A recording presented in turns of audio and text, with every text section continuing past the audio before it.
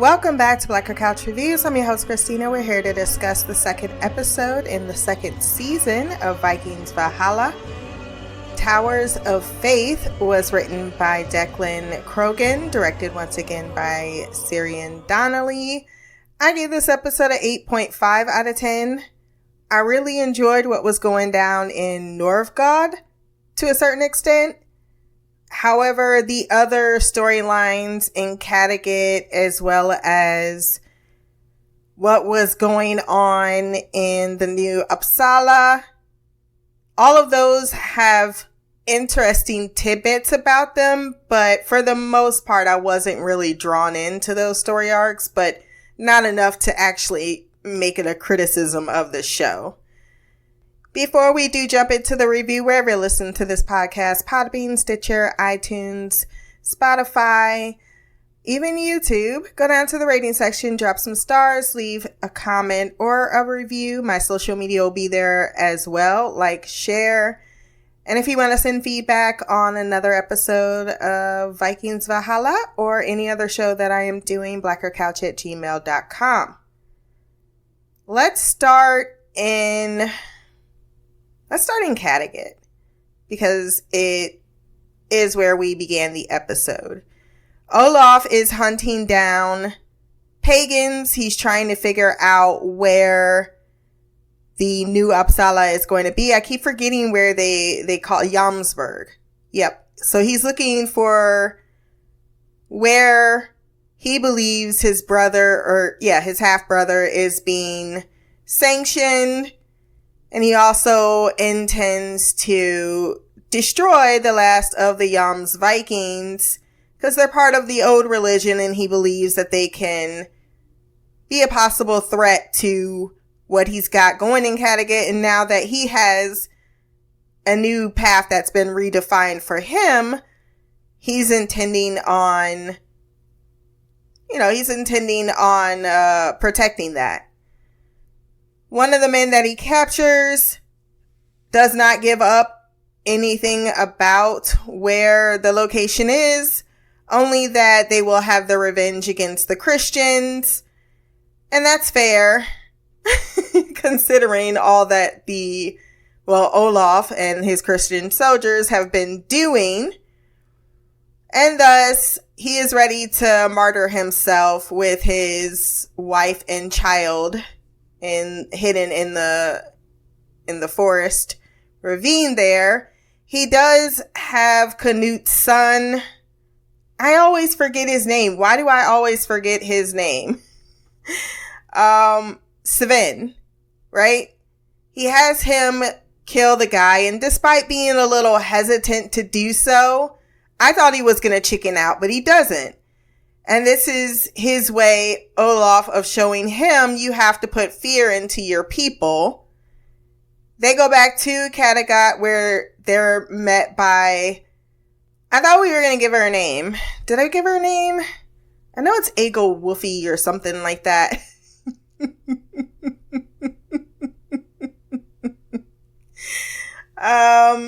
Let's just go with Ella 2.0. That's all I got. That's all I got. She does look a little bit like an older, embittered version of Princess Elsa. So there. Princess Elsa 2.0. And she is concerned about Sven's safety. Sven's like, Olaf is going to come to dinner tonight.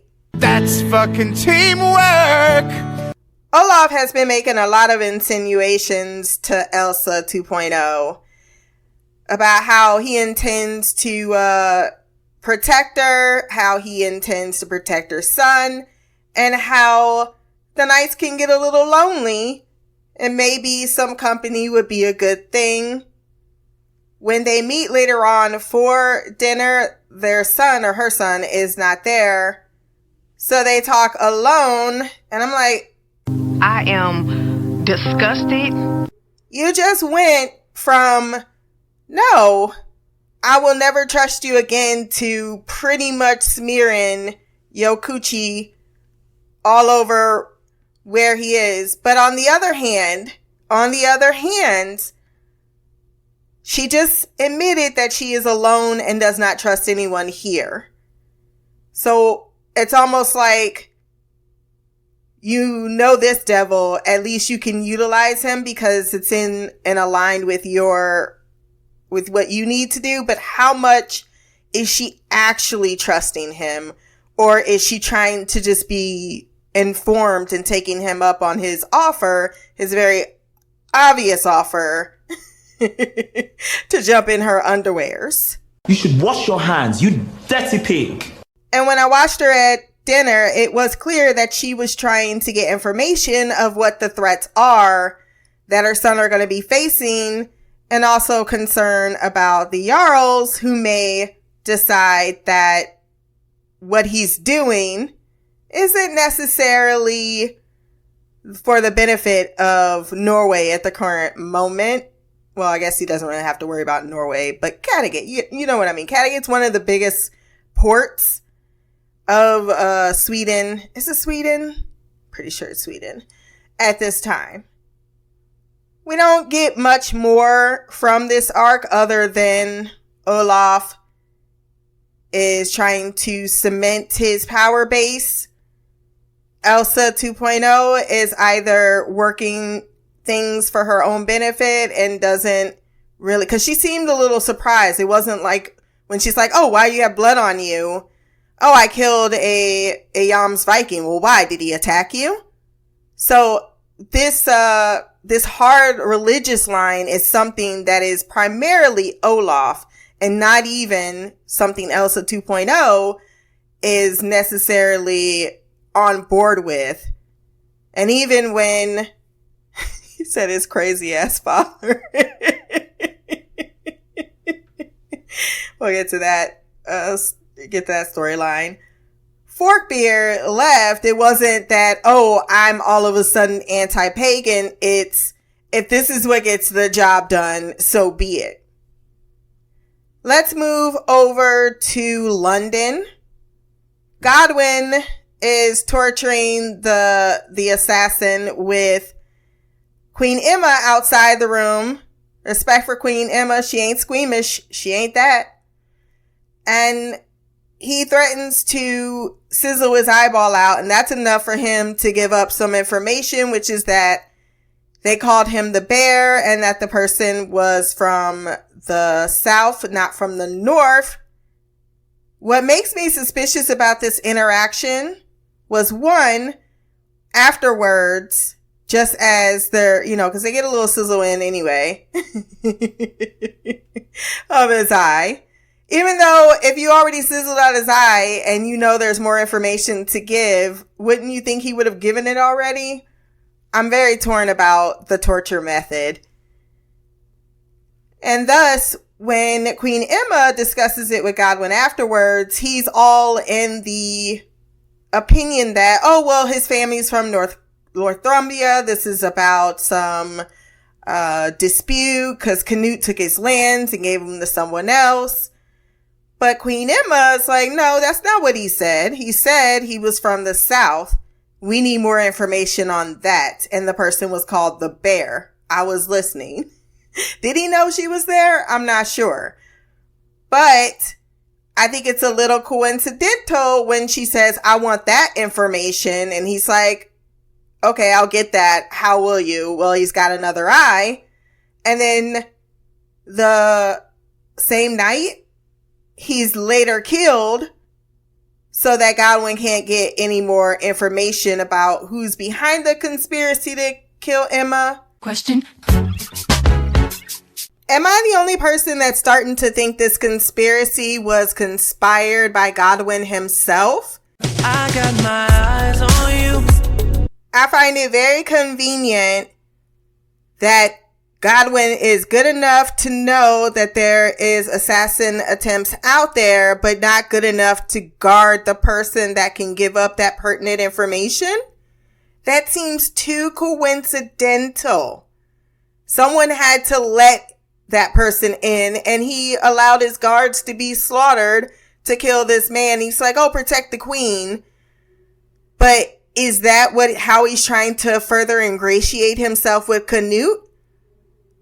Like, oh, it's not, and it's something that he said that gave it away to me or got me thinking this way is when he says, oh, well, they don't like the Vikings being here. They don't like Canute. What's changed? That it is what it is.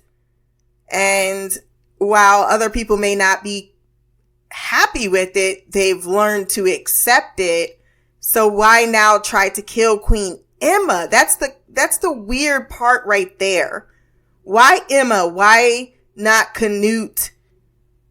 Emma is someone who is a trusted emissary to the people, it would seem, during her reign of her husband. Her son was to be the future crown. So why would she be under attack? If anything, wouldn't she be better utilized in the, should the tides ever turn?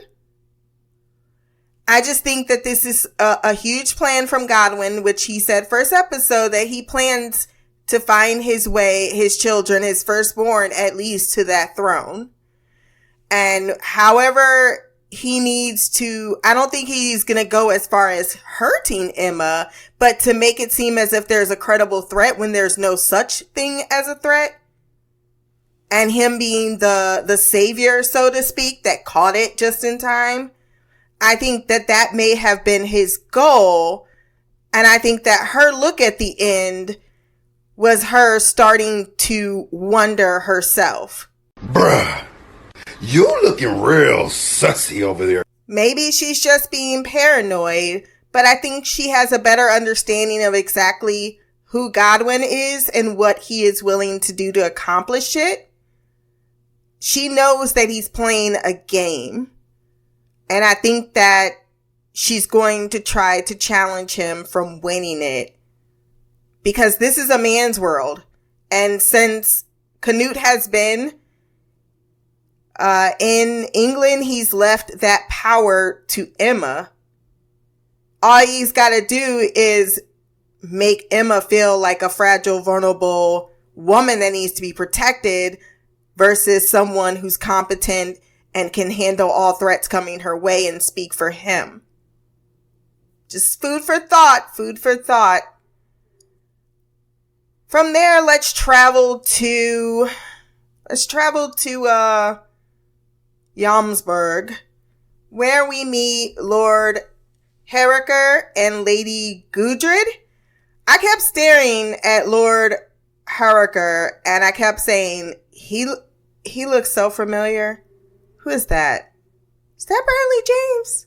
Nah, it ain't Bradley James. That look like Bradley James. He looked is that? So I just went on to IMDb and I found out that was motherfucking Bradley James.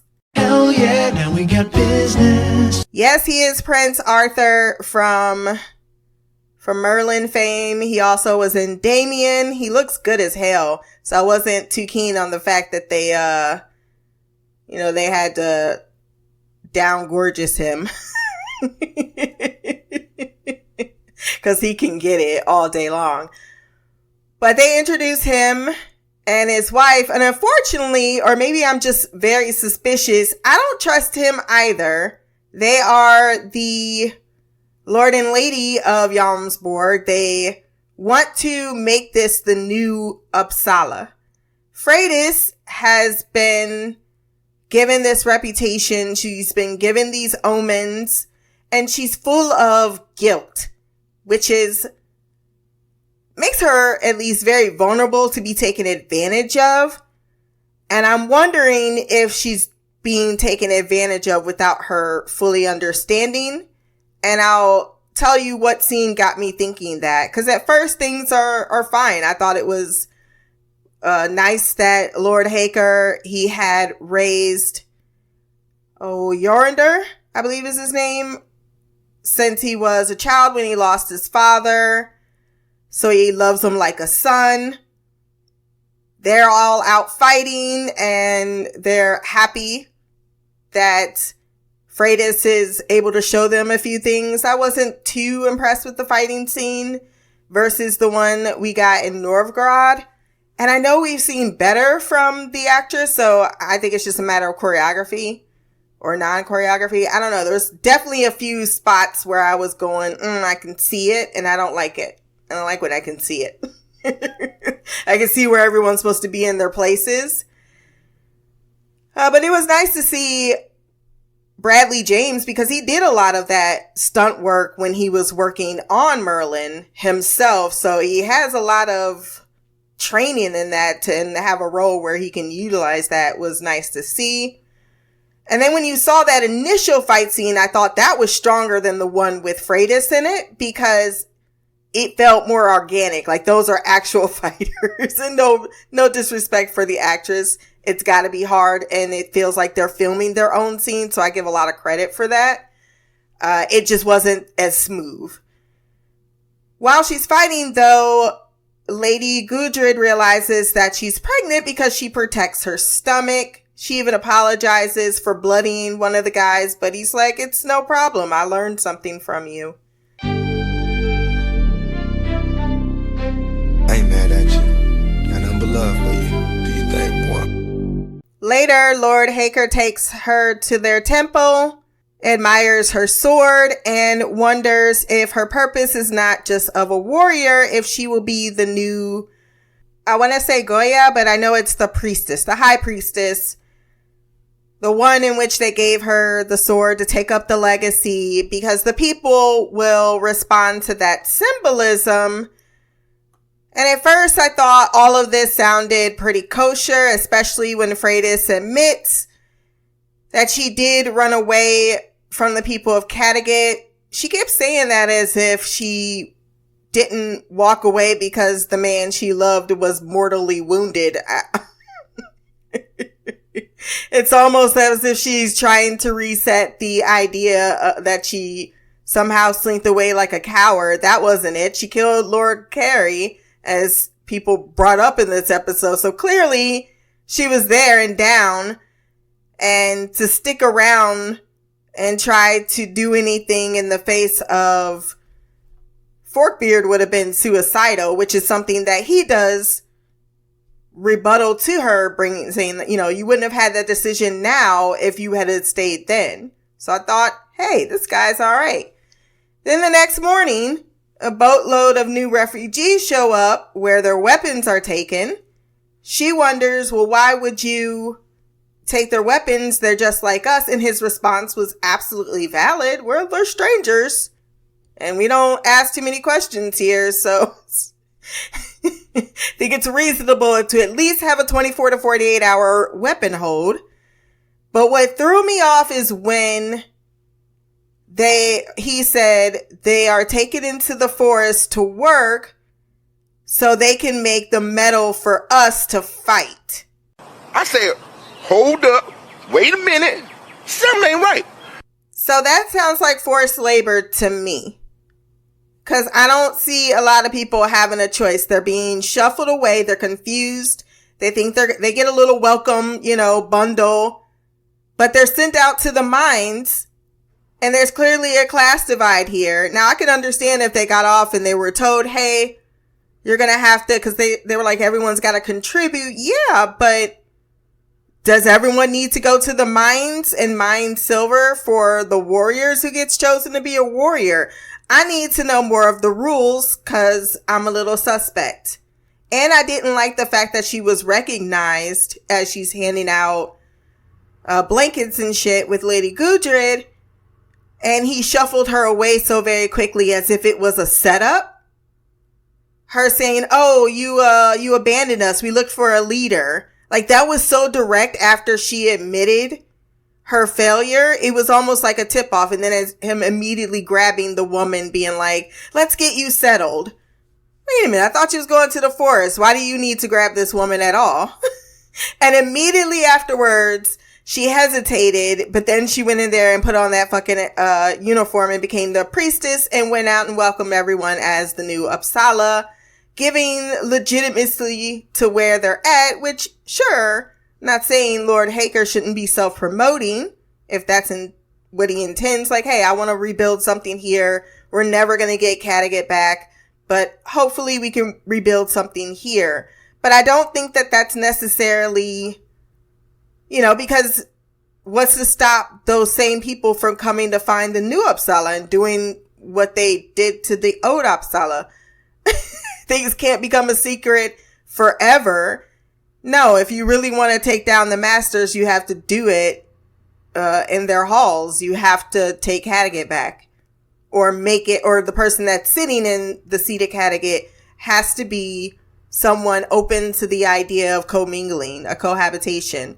But then when you hear about the ones talking about revenge, do they care about cohabitation, or do they want war? Do they want to simply now force all the Christians out?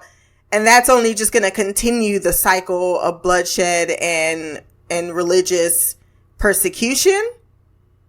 All really great questions, but I do feel she fell into a decision more than she made one. And that's why I distrust what is happening here. She is a little isolated with no friends, and she's caught up in the mythos of it all. But she needs to find her own voice in all of that chaos. And I hope that's an indication of her new journey. Now let's go to my favorite storyline in the Kievan Rus. First and foremost, how the fuck did you get to Sweden to the Kievan Rus in 24 hours? 48 at the most. I'll give you 3 days and you still wouldn't have your ass there. Okay? But putting that aside, they're in the Kievan Rus. I thought that they made Novgorod. Are they in Kievan Rus? Yeah, they're in the Kievan Rus because they're in Novgorod. I thought Novgorod looked very nice. I thought it looked appropriate. It's nice to see something that's a little bit different than Kattegat, but still has the same flavor because they're all Vikings. My thing with Harald is he is so arrogant. He's like, yeah, we're about to go feast and we're about to go be warm and with my uncle when he greets me. Like, you don't have, what's the last time you spoke to this man? Y'all just think you can importune yourself on your family just cause you're family? You don't think maybe you could have wrote ahead? Sent a messenger or something with a heads up? No, not him. Leif sees Leif. Keep saying Leif. Leif sees people coming out of an opium den, and he's like, "What's that?" Oh, it helps you see people from the dead.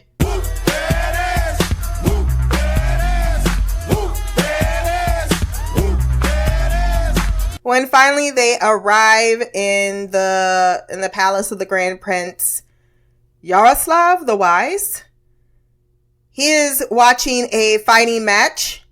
I'm glad they included this because it was very common to have these type of fighting matches. Very reminiscent of the gladiator games for the Romans. Gladiators not as they're portrayed in the movies at all. That they were just this livestock to be put in and put out. Nope. It was an actual sport like any other sport. And they had a lot of value in their warriors, which goes hand in hand to the end of the episode when the guy, wanted to save one of his men. It's like, yeah, I can make money with these people. I don't want to lose my commodity. However, currently Kasan is whooping somebody's ass in the ring. Harald in his arrogance just continues to think that he could just push his way through the people that is supposed to be guarding your uncle. The fuck you doing here, nigga? Identify yourself. Who the fuck are you? Oh, he's my uncle. I'm the Prince of Norway. You have to let me through. Boy, I don't have to let you do nothing. I need to not bother him while he's in his sporting event, and you need to take a seat for 5 seconds while I verify this information. Nope. Harold's like, let me just go ahead and interrupt the fight and start kicking ass, and then announce myself to everybody in such an overly dramatic fashion with the with the Grand Prince being like, Harold? Is that you? He's like, yeah, I got a lot of things I got to talk to you about, but I would like to do it when I'm fed and there's beer in my belly. And I'm like, you arrogant fucking Vikings. Cause he's like, oh, okay, that's perfectly fine. Just fuck up 2 people you don't even know. Disrespect my security guards. But sure, come to my table. That's just how we roll. But once they're at the grand table exchanging gossip, they meet Lord Vitamir.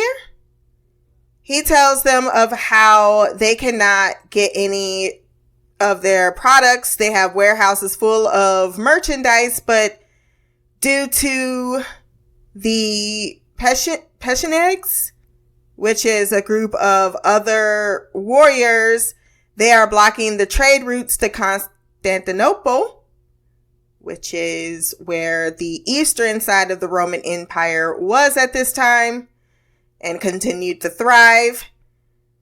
And thus, he is not able to help him go after Canute or his crazy father, as he said, because now he needs to rely on London more than ever to get his supplies out and to continue making money. I can't piss that man off.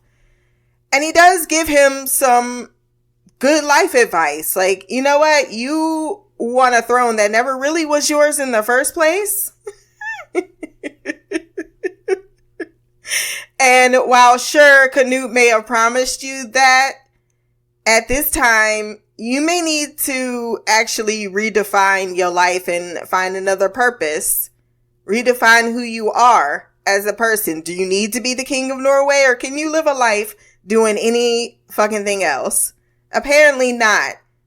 Because he takes this in stride later on to come up with plan B. But meanwhile, at the table, they ask Greenlander how is his home. He at first is hesitant, but then, like a poet, everyone loves hearing about Greenland.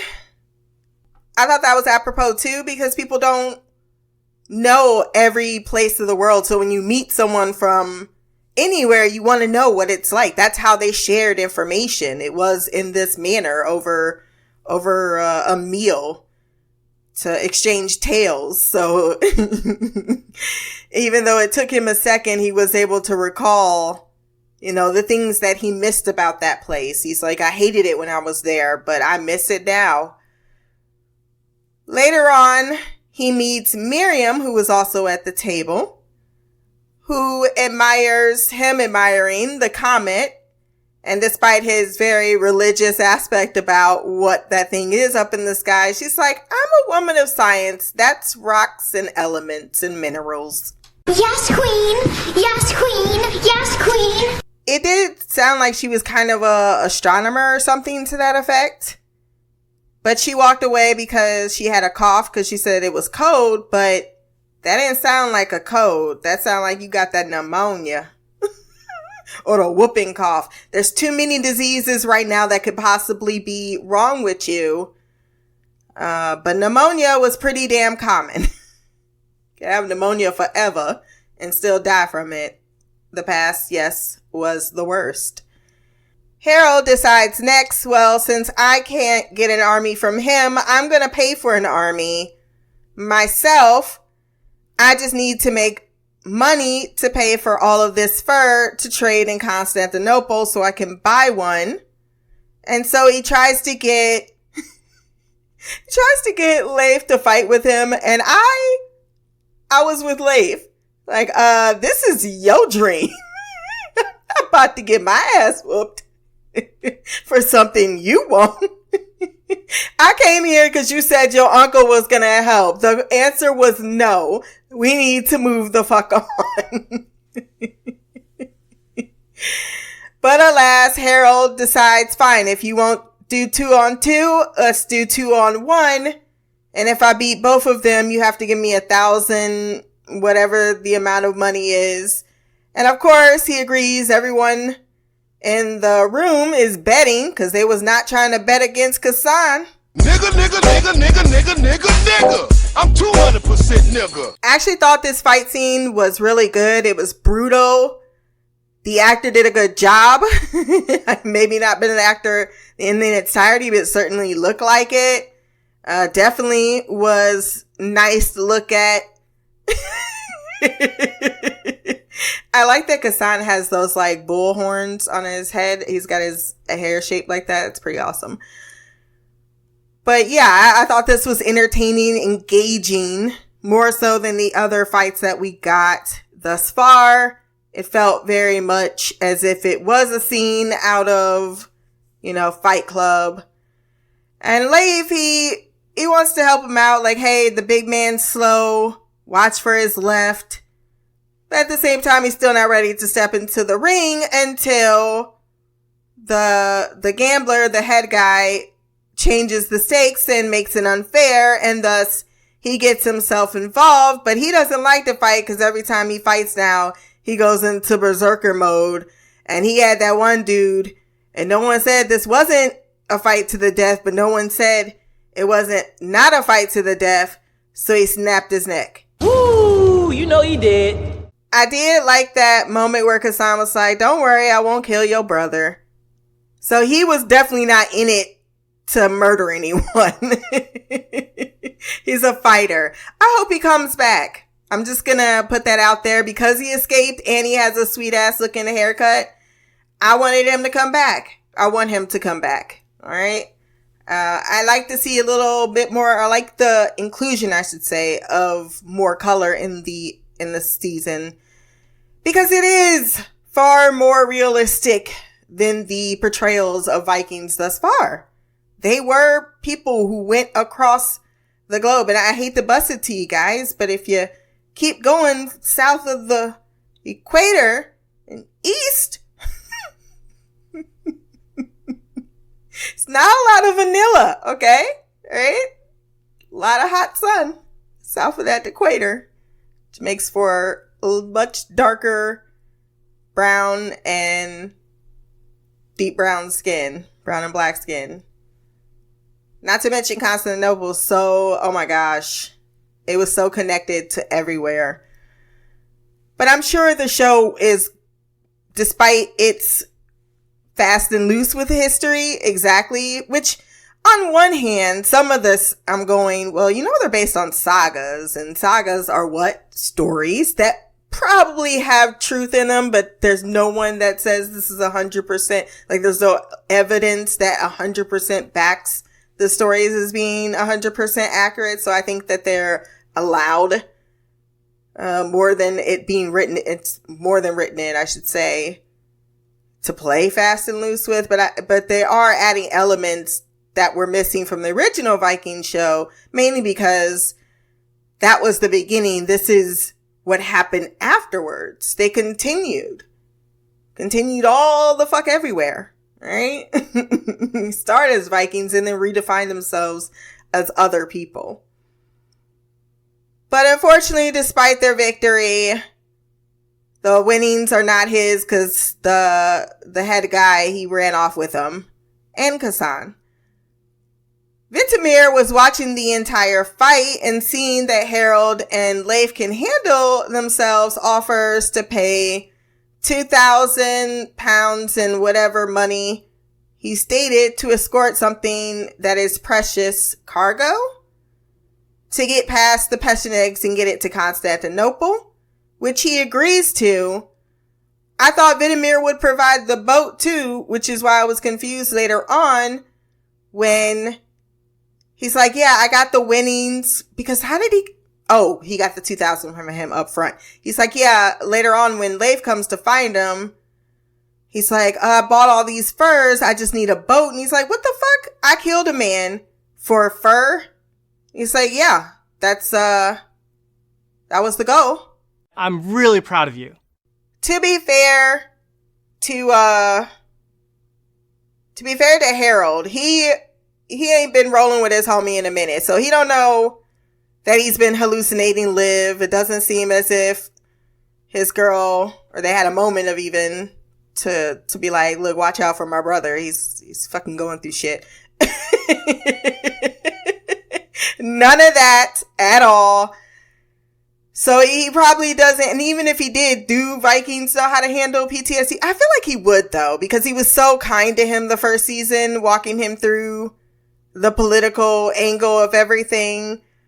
that if Harald actually fully understood that, oh no, he's actually emotionally unstable and that killing someone, that wasn't his intention, more so than it was him losing control, which if he wasn't so caught up in winning, he would have noticed that he went for his throat. He straight went for his throat. He's like, what's going on? And he kind of asked for a little bit, but these men aren't going to be women. Well, tell me what's really happening, and are they going to be able to properly address it? See, I don't think Harald can help him right now, but he's his brother, so he's just like, what? I know you don't believe in it right now, but I still do, and trust me, I've got all the ego we need to drive us to this throne, all right? Got you. Just why did you help me though? Because I don't want to see you be murdered.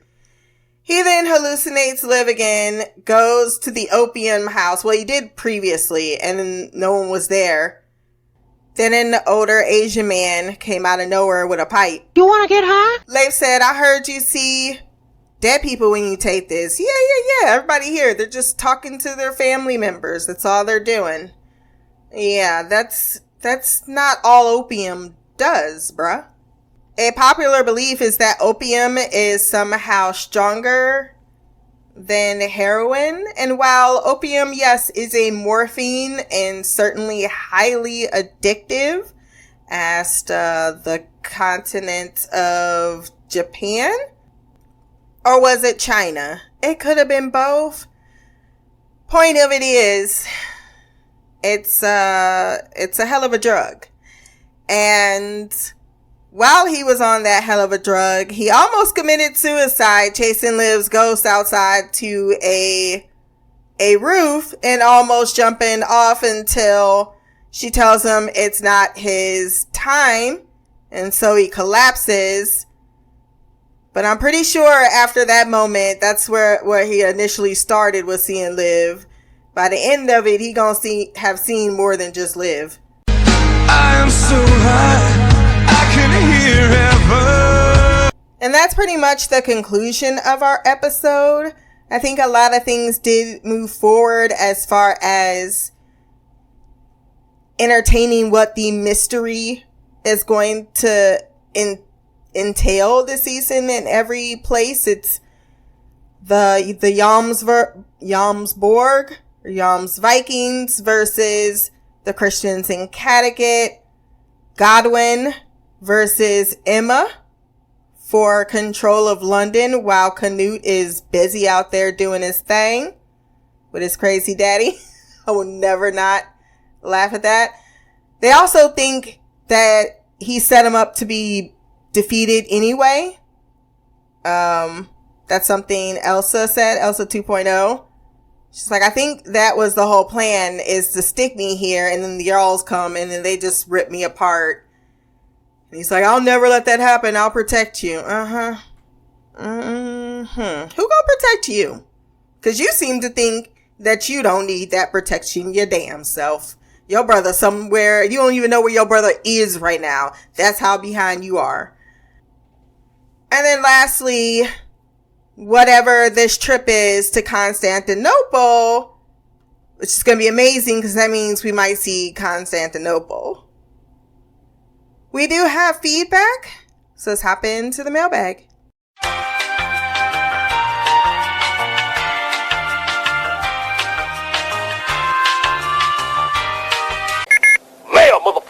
Hey Christina, it's me, Shy. I am here to give my feedback for Vikings Valhalla Season 2, Episode 2. Unfortunately, I missed out on giving feedback for the season premiere because I did not watch the episode until yesterday, which was Friday, and today is Saturday, and I'm watching the second episode, or I watched the second episode, and now here I am, ready to give feedback. I feel a little bit better, last weekend after I went on this to this leadership retreat, which was Thursday, Friday, and Saturday, getting home Saturday evening. Yeah, I went into a sort of a coma. It was bad. I was so looking forward to being home and being away from people that I can't even explain it. But you get me, you fellow introvert. Anyway, as for these 2 episodes, which I'm sure I'll combine, I'll just give my overall thoughts. I'm intrigued. I did listen to your podcast for episode 1 just to get everyone's thoughts about it. I am in agreement with a lot of what was said. I just, yeah. I don't know. It's like in some things I felt like we didn't stay with certain things for very long.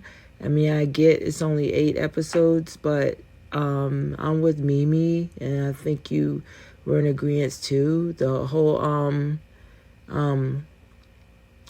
Leif and Freydis thing, it was so strange. It was, he's hurting, he's going through what he's going through with Liv, still reeling from her death, and she's realizing that he's hallucinating her, talking to her, and all that good stuff. So his mental health is not where it needs to be yet.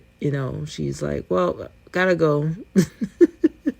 This is what I'm dealing with, brother, and good luck. Here's some more burden, or here's some more stuff to deal with as I leave you with it. So as you and Harald are going off on your own little journey. So don't tell them. So more burden to put on your shoulders, but no problem. Yeah. I'm unfortunately, my memory of season 1 is not the best. So I know there's a lot of talking points from that have carried over to this. The whole, I'm trying to, I know there's the method to the madness, and I feel like obviously this is all going to come to a head at some point, because this thing with Norway, Harald's just not leaving it alone. He is just, and I hear what you're saying, Christine, this is something he's been brought up believing, so it's not so easy to let that go, no matter if he's, fallen in love with someone that is not about that life. He still is bound and determined. And maybe it's a combination of a lot of things, how he was raised, his ego, and all that stuff, not being able to let the other person win in this situation, or feel like he could do a better job at leading people, or he can unify people. I don't know. Whereas he doesn't feel like other kings would do that. So sometimes, you're calling to a higher purpose. It means you got to sacrifice the things you want in life, personally. So that happens a lot too. So, well, we see that they go on to whatever that place is called. And I thought, you said half brother. I thought they said that was his uncle, the guy. Anyway, so they go there to get this army together. And that's the thing. I'm like, on the one hand, I think you were mentioning it, Christine, about this naivete that Harald has when it comes to, for someone that's been born and bred to this, to be a king and all that stuff, he seems very naive when it comes to this whole, I'll say, Game of Thrones type of mentality. It's like you really thought that you would go to your uncle and then he would just give you this army. All this political nonsense that goes on behind the scenes. It's not going to be that simple, especially when you're trying to, make allies or establish, allies and in certain situations. And as it stands, his uncle's empire or kingdom is weakened, and he's not trying to be on King Canute's bad side. So, yeah, And then they got the other guy that I'm not quite sure. I forget what his name is. The one that's recruiting him to go to, forget, I don't know, wherever he's recruiting him to go. So, but, Harold is determined to do what he's going to do, and we got to let it run its course, because I feel like he's not going to be satisfied or content with life without trying. And then we have Leif, who is, I knew he was going to go to that opium den to try to connect with Liv. I'm not quite, and I get it to a certain extent. I don't know where we're going with that. And yes, we saw that he was talking with this other girl, Miriam. I don't know, she seems much older than him, but maybe that's what he needs, someone older to kind of guide him in a certain way, because he seems awfully young and naive as well about certain things. And plus, I'm sure losing so many members of your family, whether that be blood family or your Greenland family, is traumatic, and it's a lot. And he talks about that. And so Liv was someone that he loved, and I mean, unfortunately, they didn't explore that too much in season 1. I do remember that, but yeah. So he hallucinates her, and his conflict of faith is something that he's struggling with. I think that's a big part of it, more so than Liv. I mean, Liv, of course, but his thing with faith, that's definitely plaguing him. And where does he go from here? And it just doesn't seem like there's anyone there that he can talk to about it, because of course Freydis left. Harald is, trying to figure out how to get back his kingdom, or get his kingdom that he was promised. And so I feel like Miriam is going to play a role in that, but something tells me that she's not long for this world, all that coughing she was doing. So I don't know if that's a good idea for him to get involved with her. Then we have Freydis going to this pirate's kingdom, and we see Arthur. Oh my gosh. He looks so different but the same. So So we see that he's the leader of this pirate kingdom, that they're trying to make the new Uppsala, and they want her to be the new, I forget the name they called it. I didn't write anything down, I'm not gonna lie. So we got her on this new journey of being the chosen one for that, and embracing this new role, being pregnant with Harold's baby. I don't know how that's supposed to turn out in regards to that, because he's going to find out eventually. So it's not like, she's going to go off to the ends of the world and he's never going to find out, especially with the fact that he's still hanging out with her brother. But I don't know. Maybe we'll see. What else is there? Oh, Olaf and the Queen. They're doing their flirting. It's like, okay. We didn't see Canute. Oh, I didn't even get to talk about all the other stuff. But I'm right out of time. Sorry, y'all are bringing it up. So I'm at my limit at 10 minutes. So until next time, much love, peace, and Black Girl Magic, Queen of the Couch, Shy. Thank you, Queen Shy, for your thoughts on the episode. Yeah, I saw you ran out of time there. I was like, it's the final countdown.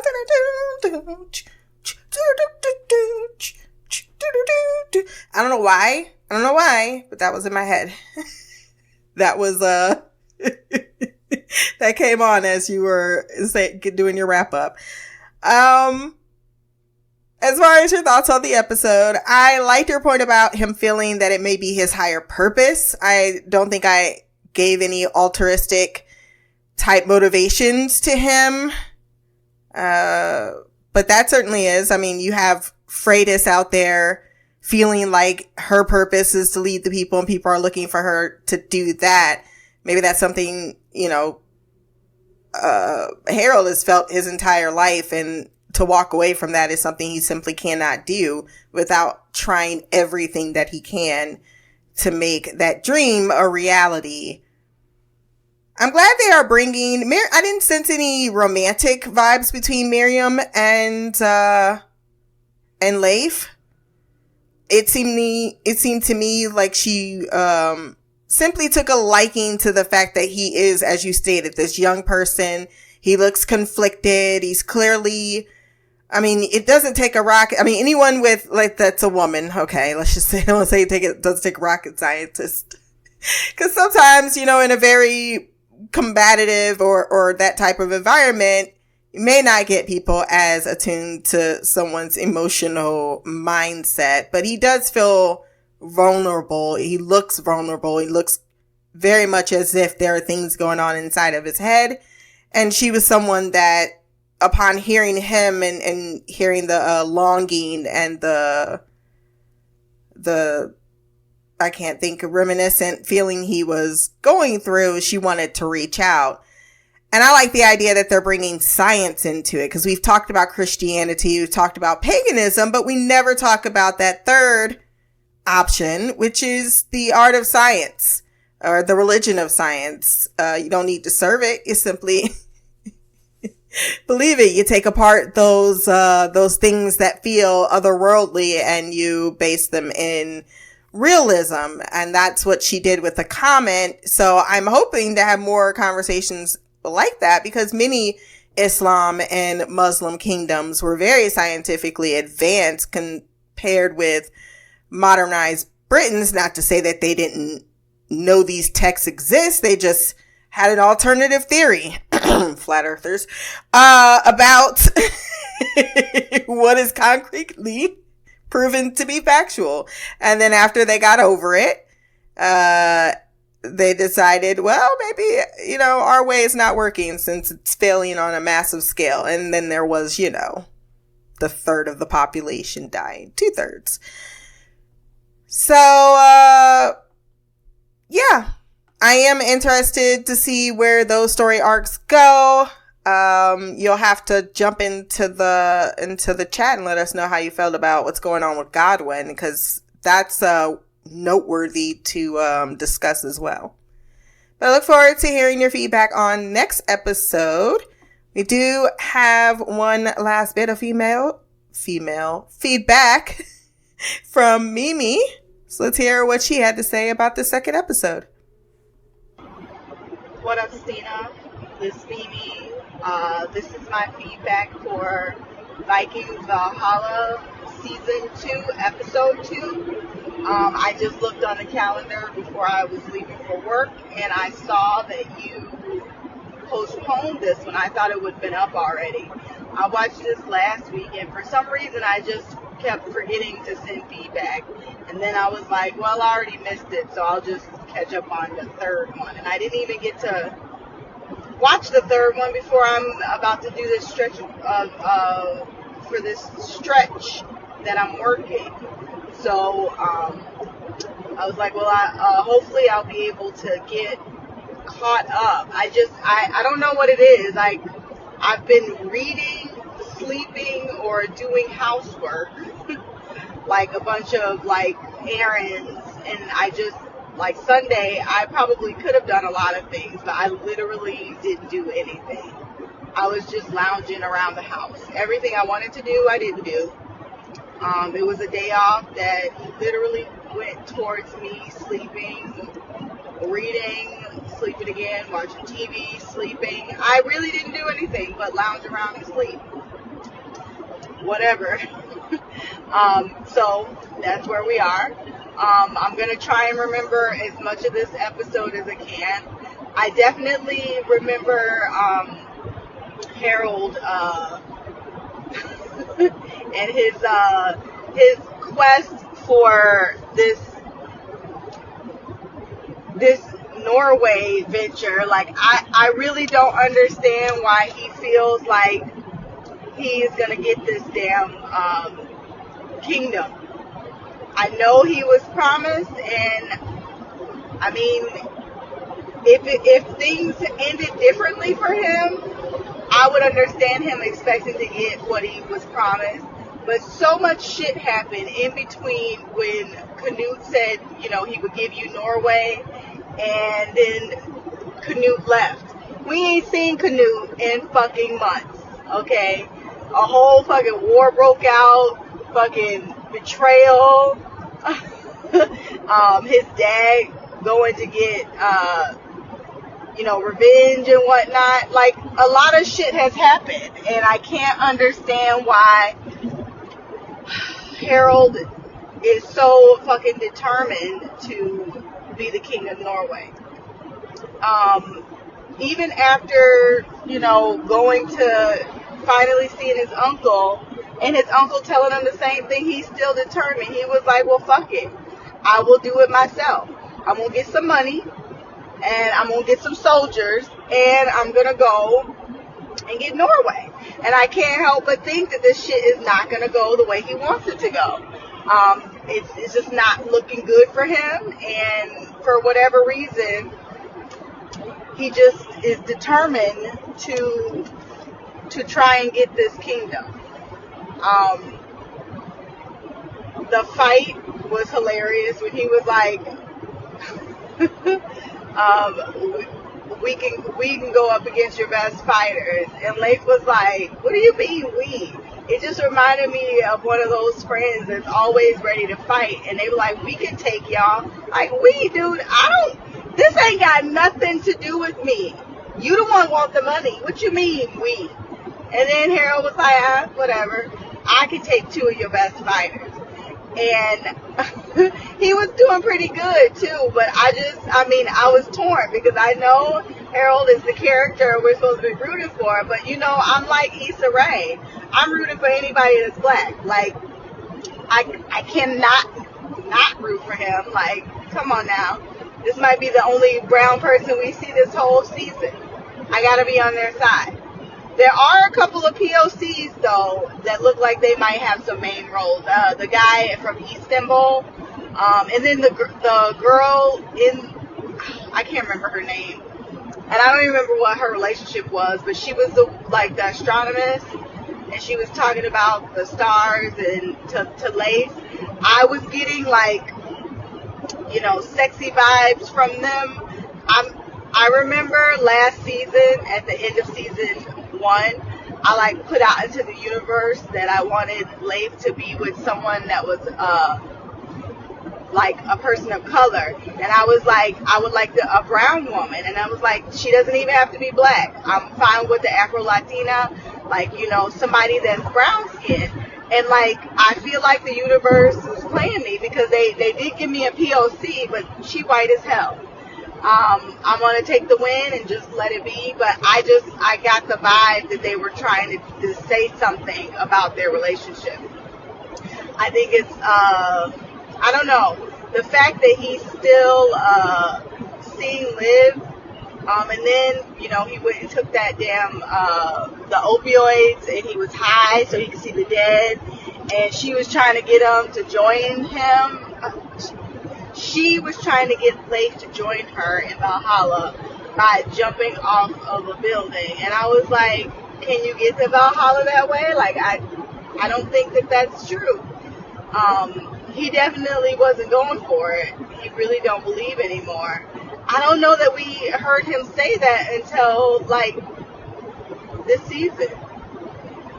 We knew he was slowly breaking faith, and I don't remember why he was breaking faith and why he didn't believe anymore, but it was happening slowly. I don't know. I'm just curious. Is he gonna go through a religious journey where he goes through a bunch of different religions until he finds that he enjoys Christianity? Is he just gonna jump straight towards Christianity? Is he gonna be an atheist for a little bit? Because I feel like the religious journey usually starts with someone losing faith in their religion and then not believing in anything, and then something helping them see some type of epiphany where they come to terms that there is something out there, but maybe they were doing the wrong thing, and then they maybe go to a different religion if they don't come back to theirs. So I don't know exactly what the plan is, but I am very curious to see what's happening with Leif, because the way he passed out on that roof, and he was like, yeah, I'm not going to Valhalla, and then he passed out. Hopefully somebody comes along and he don't freeze to death. That's why I was thinking, because I know that the lady likes to be on that up high because she likes looking at the stars. So I figured she was going to come find him so he don't freeze to death. I mean, he is from Greenland, so I think he can tolerate cold weather pretty well. I don't know if Greenland and where are they at? Russia. Aren't they in Russia? I'm pretty sure they're in Russia. If they're the same amount of, the same kind of cold. Because I know if you've ever been to, the Midwest, the cold here and the cold, say, if you were to go to Georgia, the winters aren't the same. So I don't know if Russia's winters and Greenland's winters, or just Greenland just in general, if they're that's the same kind of cold. It might not be. Russia might be worse. But I will say that, he is, his body is conditioned for cold just from his, from how he grew up. So we'll see. He might wake himself up, but I don't know. I just get the vibe that we're going to see him with that astronomist lady. So I guess only time will tell. We'll figure it out. I could be completely off here, but I just got the vibe that they were trying to do something with him and that woman. She looks a lot older than him, so I'm not really caring too much for this pairing. But she might be there as some type of teacher for him, and I would be cool with that too. But I get some type of relationship forming. They introduced them the way that they did for a reason. I just don't think she's supposed to be a throwaway. And I don't even know if Leif is going to continue his journey with Harald. It seemed like he was done with him after the fight, and that he killed that man. He was upset about it. I don't know if, he's trying to be as far away from his dad as possible. He doesn't want to turn into him. And that's why he didn't want to kill the man. But in episode 1 of this season, we saw him murder folks left and right. So I'm not quite sure why he's so upset about murdering someone. And he killed them because he did jump into a fight trying to kill his friend. And they thought they were brothers. So, it's even more reason to try and defend your brother. But anyway, and then I don't know. I could tell you right now that Freydis' journey is going to get on my fucking nerve. Everything about her in this episode annoyed the shit out of me. And now that I think about it, last season towards the end, because I liked her in the beginning, but then towards the end, for some reason, she got on my nerve. And I think it's going to be like that. I don't know what it is about her in this storyline. It just irritates me. I don't know. It's like, are you going to be a warrior or are you going to be a priest? I don't feel like I've seen people do both. And I always thought she was going to be the religious savior, but then they had her become a shield maiden, and she was just all of a sudden great. I don't know. That it just irritates me. I want to see a Lagatha, and that's fine. Or, I want to see someone who is taken over as their, savior, and that's fine too. But why are they making her both? It doesn't seem like that can actually be a possibility. You're one or the other. And I could be completely off and be being hard on the character, but I just feel like they're giving her entirely too many storylines. Pick one. Anyway, I think that's all I got so far. I never cared for Olaf, and now since he's all of a sudden in love with being the protector, and even Canute's Viking wife. I don't know. I don't know what they're trying to do with his character. But like I said about Forkbeard, I think that this isn't going to go the way that Olaf thinks it's going to go. And I think he deserves whatever he gets. But I do hope Canute's wife is smart enough to not get tangled up with Olaf again. Because I feel like she has potential to be a character that I like if she can get her shit together. I will end it here. Until next time, love, peace, hair grease, and black girl magic. Queen of the couch, Mimi out. Thank you, Queen Mimi, for your thoughts on the episode as well. The second person ain't mentioned nothing about Godwin. Damn. Am I alone on that one? But I was with you. I was on Case Inside the entire time. I'm here to support the black folks. I want to see him come back. I want to see him have lines. He was kind of cute. I do need some more color. Because I think it would be more interesting conversations. Like, I thought that was more compelling to me than anything that other girl, what is her name? Freydis did, because she is falling on the by the wayside of disinteresting. It's just, There's no one there right now other than Bradley James that I want to see or is invested in.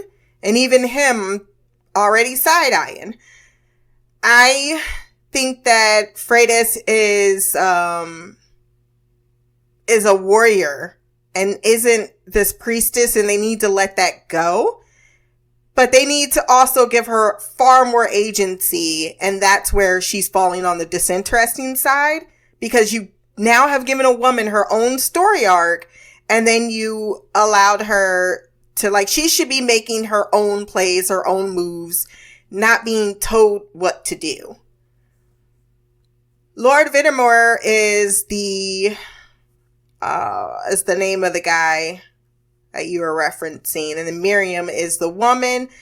This is the second person got sexy vibes. I didn't. I really did only get I think you're right. They're going to mean something to each other, but I don't think it's going to be anything romantic. I think it is just going to be simply someone who leaves an impression on you because they have ideas and thoughts that other people around you simply don't have, the same thought process around. And I think, yes, they may be utilizing, Leif in that fashion of someone who goes through the show and is more like a Daryl Dixon type of character, where he gets into a little bit of this, a little bit of that, and doesn't quite, because, he's not trying to go after these lofty goals like his sister and his new brother. He doesn't want to be king of anything. He doesn't want to rule. He doesn't want to lead. That's not his destiny.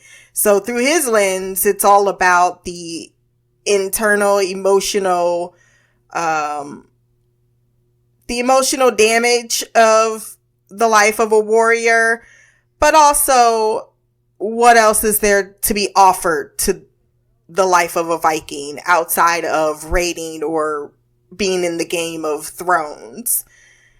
So yeah, you could go through many different religions, and then go on to Christianity, or he could reject all religions. I did need to classify something, and maybe it's just because it always gets to me.